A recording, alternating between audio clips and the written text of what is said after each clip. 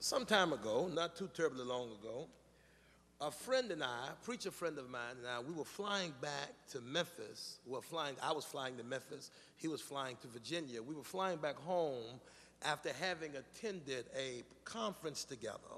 We were both scheduled to fly through Atlanta and from Atlanta to our different destinations.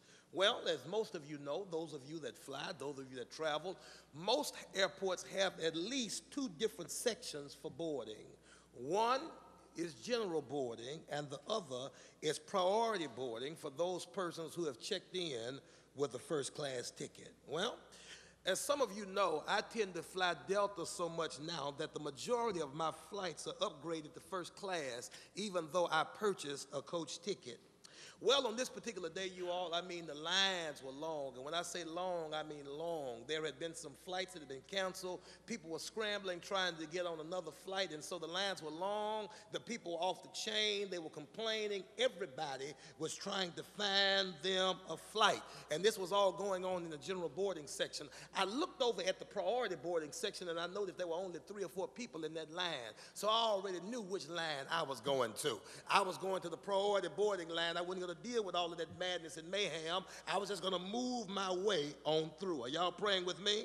So I'm standing there looking at my friend. He's got a ticket in his hand, and his ticket simply says general boarding. And I'm thinking to myself, I'm going to move through the priority boarding, and then when I get up here, I'm going to beg this woman, and I'm going to ask her, can he please come with me? Since we flying together, we friends, if I beg her, it's going to be all good. After all, I mean, she was a sister. She looked like me, so I figured if I talked to her right, y'all, you know, if I smiled to her real big, you know, gave her a couple of compliments, you know how we do it, and that kind of stuff, it was going to be all good. You know what I mean? Because after all, that line was long, and I didn't want to see my friend waiting in this long line. So I went through the line. She checked me in. She thanked me for being a frequent flyer with Delta and all that kind of good stuff, and then she told me to have a safe flight. And I said, listen, I was just wondering if I could talk to you for a minute. She said, what is it?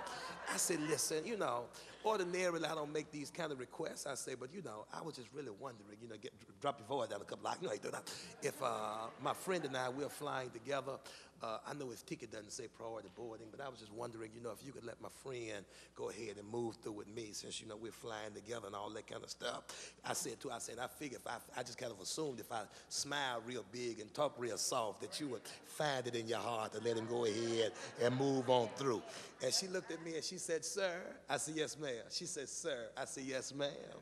She said, baby, you can beg all you want, but he ain't coming through this line. He got to go through that line over there.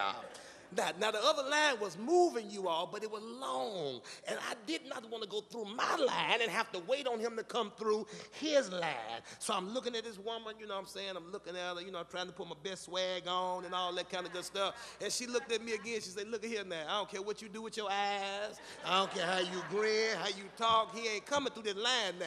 So you better try and put him in that line over there so he can go through. Now, what she was really saying, she wasn't being nasty. She was smiling. She was a sweet lady. But what she was really saying to me was, my hands are tied and there is nothing I can do about what it is that you want. Are y'all praying with me? I was in a situation, you all, where I wanted my friend to move through the line with me, but her hands were tied and so were mine. And so there I was. I had my credentials. I got upgrade status on Delta. I'm a member of the Delta Club. I just came from a conference, so, you know, I'm suited and booted, so fresh and so clean. You know, they know I'm a long-time frequent flyer going all the way back to the days of Northwest Airlines. Are y'all praying with me? So I figured with everything I got going for me, if I just smile real big, if I just beg, but with everything I had going on, I had credentials, I had status, I had conversation, I had swag, but I did not have the power and the authority to make happen what I wanted to make happen. In other words, my hands were tied. And you all, after we finally got on the plane, I sat there and I thought about that thing for a minute.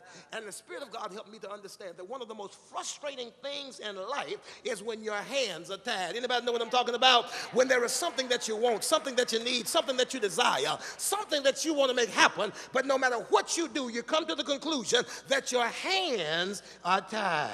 I mean, at the bank, What a loan officer is a friend of yours from school or a friend from the neighborhood, and you think that they want to do it based on the fact that you all go way back, but they look at you and say, my hands are tied, there's nothing I can do.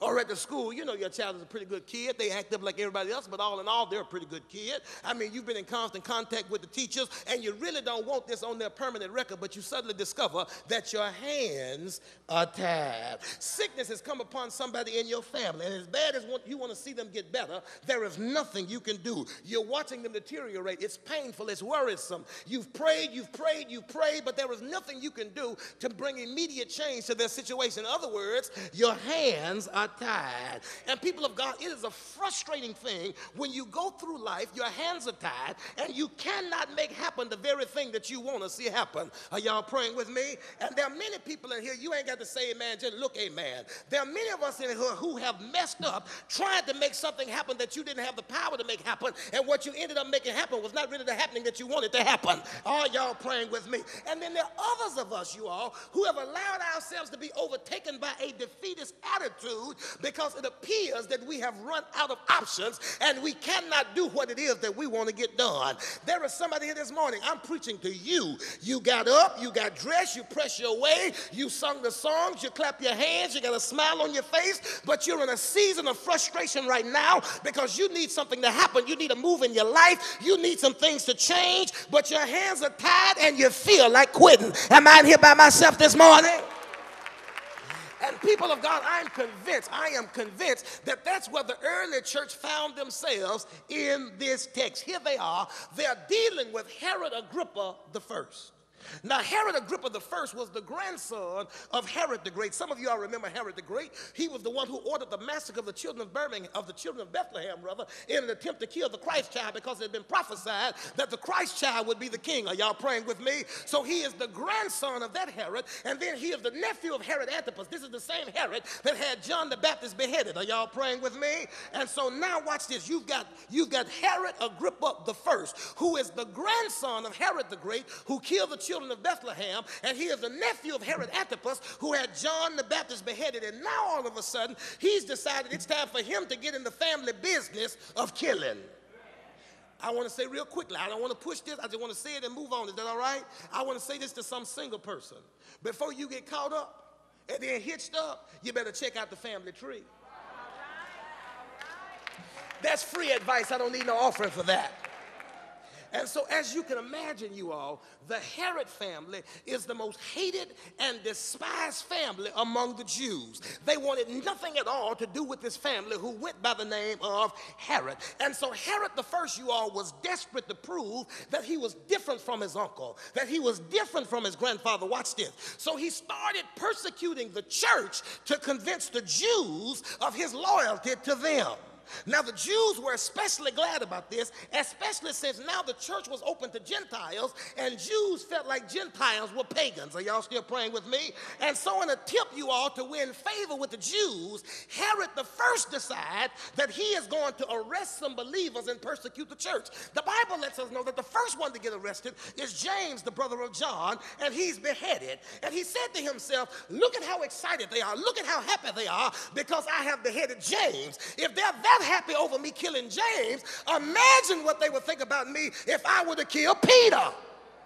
So the Bible says that he has Peter arrested, he puts him under heavy guard, and a date is set for his execution.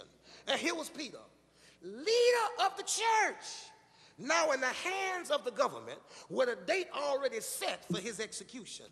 Now you got to understand, there was no fancy legal system back then. This was not one of those situations where you could continue to petition the court, get a stay of execution, and run out all of your appeals, and you might spend 16, 17 years on death row. It was not that kind of situation. You must understand that in the sacred writ, that when someone was sentenced to death, typically within 48 hours of them being sentenced, they would already be put to death. The only reason they are delaying the persecution of Peter is because it's the Passover season. But Herod has already said, as soon as the Passover is over, I'm going to put Peter to death. Are y'all praying with me? And so when it came to getting Pastor Peter after jail, here the church is with their hands tied. Stick with me because I'm getting ready to say something. Are you ready to hear it?